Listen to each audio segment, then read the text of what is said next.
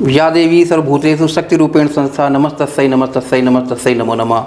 22 सितंबर से नवरात्रि का शुभारंभ होना है।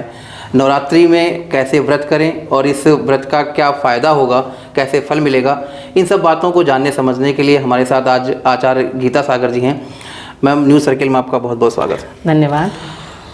आचार्य जी, नवरात्रि आने वाली है और नवरात्रि में कौन कौन से प्रबल योग बन रहे हैं जो हमें पूजा करनी चाहिए, घट स्थापना कैसे करें? धन्यवाद।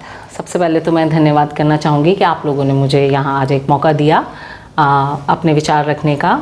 22 तारीख से नवरात्रि स्टार्ट है, शुरुआत है इनकी, और घट स्थापना का जो समय है वो 6:05 से 8:45 तक है।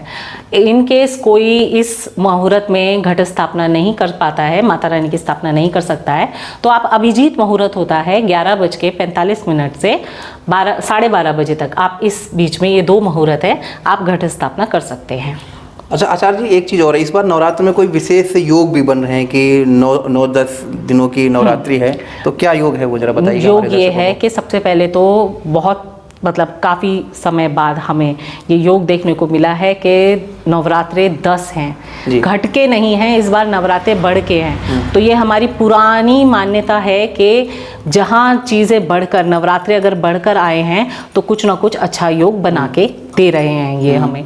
तीसरी चीज़ ये है कि इस बार माता रानी हाथी पे सवार होकर आ रही है। तो आप ये चीज़ को समझिए कि कैसे हाथी पे सवार होकर आ रही हैं। आप ये चीज़ का वो लोग बाग पूछते हैं क्योंकि पहला नवरात्र सोमवार को पड़ रहा है, तो सोमवार को पड़ने के वजह से जो है माता की जो सवारी होगी इस बार हाथी रहेगी, और हाथी अपने आप में बहुत ही सबसे ज़्यादा शक्तिशाली जो है जानवर है जंगल का, इस पूरी प्रकृति का। तो मतलब माता रानी पूरे अस्त्र बल के साथ, सब पूरी शक्ति के साथ इस बार हमें दर्शन देने वाली हैं। दूसरा आचार्य जी, एक चीज़ और समझना चाहेंगे, जो लोग इस नवरात्रि से नवरात्रि का व्रत शुरू करना चाहते हैं उनके लिए आप कुछ कहना चाहेंगे? हाँ, जैसे हमारे पास आते हैं कई लोग, नई दंपत्ति होते हैं, कुछ बच्चे जिन्होंने अपनी ज़िंदगी अभी शुरुआत की होती है, और यहाँ हम देख रहे हैं कि कई लोग प्रेरित हो रहे हैं सनातन धर्म की तरफ। तो सनातन धर्म से प्रेरित होके लोग जो है ये हमारा धर्म अपना रहे हैं। तो इनके लिए मैं फ़िलहाल ये कहूँगी कि आप ये जो नवरात्रि आ रहे हैं ये बहुत शुभ रहेंगे, क्योंकि माता इस बार हाथी पे सवार होकर आ रही हैं। अगर शेर पे होती तो भयानक रूप होता, हम मना करते। आप जो है शुरुआत कर सकते हैं, इस नवरात्रि से शुरुआत आप कर सकते हैं। अच्छा आचार्य जी, एक चीज़ बताइए, घट स्थापना के बाद जो व्रती हैं वो क्या क्या करें, किन बातों का ख्याल रखें, क्या पूजा अर्चना करें, माता रानी की क्या स्तुति करें? जी ठीक है, जैसे कि 9 रूप हैं माता रानी के, आप सब जानते ही हैं। सबसे पहले तो आप ये चीज़ सीखिए कि घट स्थापना कैसे करनी है। घट स्थापना के लिए सबसे पहले तो आपने जो आसन बिछाना है उसका विशेष तौर पे सभी जातक ध्यान रखें, जितने भी भक्त हैं माता रानी के, वो आसन पीला या ऑरेंज कलर का हो, लाल नहीं होना चाहिए। चुन्नी लाल होती है माता रानी की, मगर जिस आसन पे वो बैठती हैं वो हल्का रंग होना चाहिए, वो रखिए। घट स्थापना को कैसे करना है, घट स्थापना करने का प्रॉपर तरीका क्या है?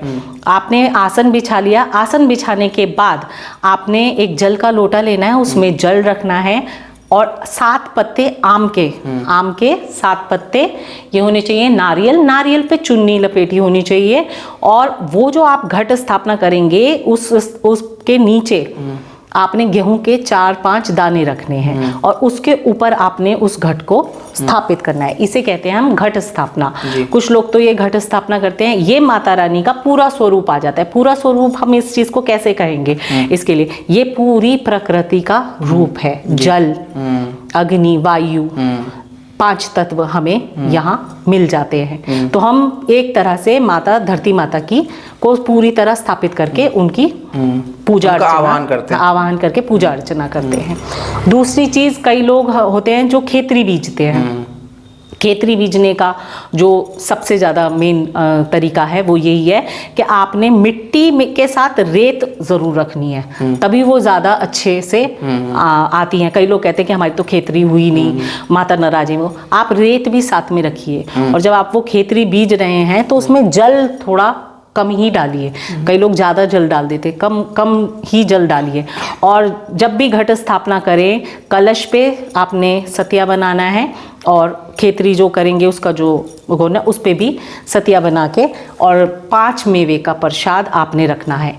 ये एक सात्विक तरीका है माता रानी को पूजने का। माता रानी अपने आप में बहुत सक्षम है जी, उन पे सब है, हम उनसे मांगते हैं तो उन्हें और कुछ नहीं, सिर्फ उनका रूप, इसको आप अगर आप पूजते हैं तो आपके घर में सुख, शांति, समृद्धि, धन, वैभव की कमी कभी नहीं हो सकती। आजमाई हुई बात है। तो निश्चित रूप से मैम आपका बहुत बहुत आभार आचार्य जी, आपने हमें समय दिया। तो प्रेम भाव से अगर माता रानी का भजन करेंगे, घट स्थापना करेंगे, उनका व्रत करेंगे, तो आपके घर में सुख और समृद्धि जरूर आएगी। फिलहाल अभी के लिए इतना ही, अगले एपिसोड में फिर किसी मुद्दे पर चर्चा करेंगे। तब तक के लिए मुझे दीजिए इजाज़त। नमस्कार। नमस्कार।